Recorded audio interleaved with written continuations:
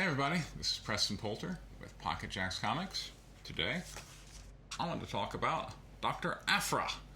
So, in order to grow my channel, I've wanted to talk about comic book titles, despite the fact that comic book reviews do not bring people in, but I didn't just want to be an outrage monkey all the time. I know that works for a lot of YouTubers, but I didn't want to do it, so I'm here to talk about comic books.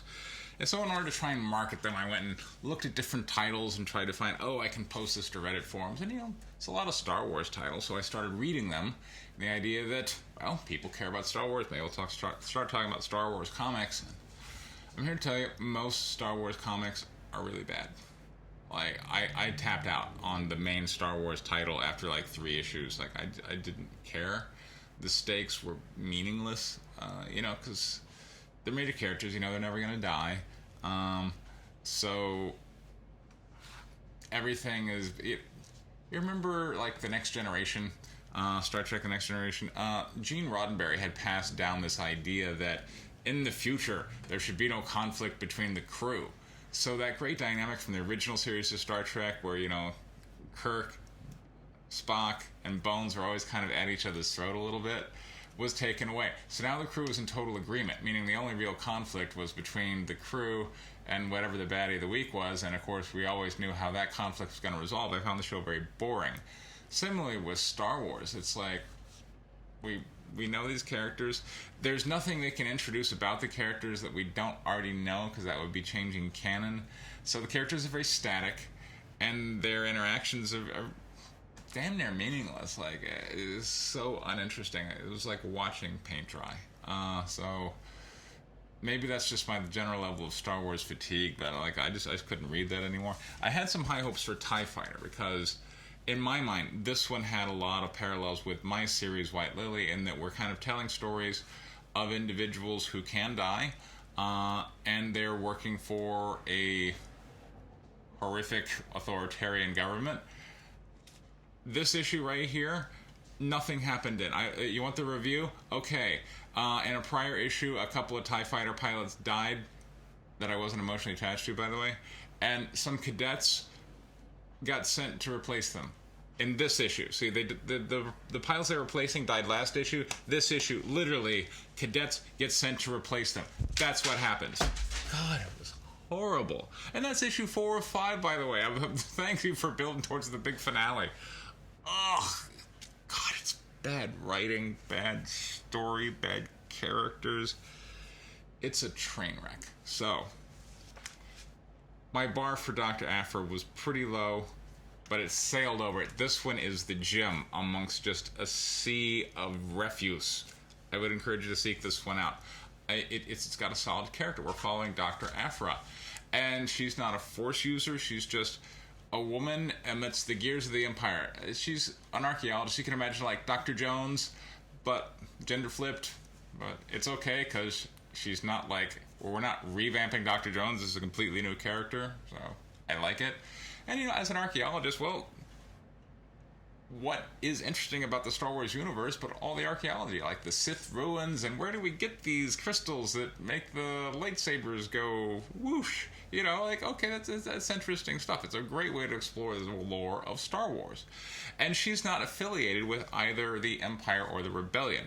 So again, it's kind of like Dr. Jones, where, he's not an agent of the U.S. government. All right, well, maybe he's in the first movie, he was acting on behalf of the U.S. government, but he's not an official army guy.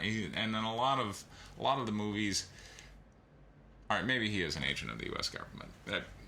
Poor example, but imagine if he wasn't an agent of the U.S. government. He was just kind of out there on his own, and the major forces are clashing, and he just has to get in and get what he's after and get out. And that's kind of what Dr. Aphra is. And in this episode, they've been kind of building up on these big arcs, and we're learning some of the backstory. And, she had a mom whose opinions about the light side and the dark side were appropriately nebulous. She was like, look, why one isn't better than the other. The dark side isn't inherently evil. It's called dark because they're secretive. And I'm like, well, that's kind of interesting, that we have somebody who's kind of morally gray, because Star Wars traditionally has been very good versus evil, and every character is either dedicated to one or the other. So the idea that we're kind of telling a story in the gray area, I find it refreshing. And so in this issue, Dr. Aphra is being pursued by the Empire because of events in prior issues. She basically she took a contract for them which she did not fulfill because she's always she's out for her own. Which is the great aspect of Han Solo. So now the Empire's out to get her, and as she's kind of in the middle of this battle, first off, there are these mercs that the Empire sends, and one of them happens to be someone that she owes a lot of money to, and so it's this cool Wookiee, and it's set up pretty well. Like, she's like, oh wait, there are mercs, she's looking through a viewfinder, here come some mercs, and she's with a friend. And the friend is like, I can send my big beastie because they've got this little pet beastie thing. And she's like, no, that's gonna buy us like 30 seconds before the Wookiee tears into it. But the Wookiee ends up killing the other two mercs because the Wookiee was more interested not in the bounty on her, but in how much money she owed him. And so they end up in this negotiation. But here comes the Empire, and they're coming down on him. And then she's having this running flashback to her mom growing up in this very touching scene where the mom is, they're being attacked by pirates, essentially, and the mom ends up calling up the Empire, with a kind of like her dying breath, she calls the Empire because the stormtroopers come and put the pirates down and rescue her and take her to her dad because her mom is now dead. And so this flashback to kind of our modern storyline now, she's like, what my mom taught me? My mom taught me when times are desperate, it's who you turn to that counts. And so she ends up turning to the rebellion, who she had rejected in prior issues, because again, she's not like ideological. She doesn't want to lay her life on the line for these people. But because the Empire's after, it's like she has to turn to these people. But at the same time, she, is going to try and backstab him and get away as quick as it can. She's like the Han Solo. She's what Solo should have been. Instead, Solo ended up, he just ends up being an agent of the rebellion. At the end of the Solo movie, I'm left wondering, then, if this is a prequel, how come when we actually see Han Solo in Star Wars, he's like, help the rebellion? I would love to! Because at the end of Solo, he's literally donating his money to help the rebellion, right? So if he's that ideologically for the rebellion at that point in time, how come in the future, when we see him in Star Wars, he's like, I don't give a... The Force? Who gives us... That's all meaningless. It's all about money. I'm like, okay, well, because that wasn't how we saw him at the end of Solo. Here we have a character who clearly is motivated for her own self-interest. She continually avoids and lies to get her way out of various contracts or various obligations. She really has no interest, and we're learning a backstory of why she has no interest, because her mother brought her up that way to kind of be this manipulative loner.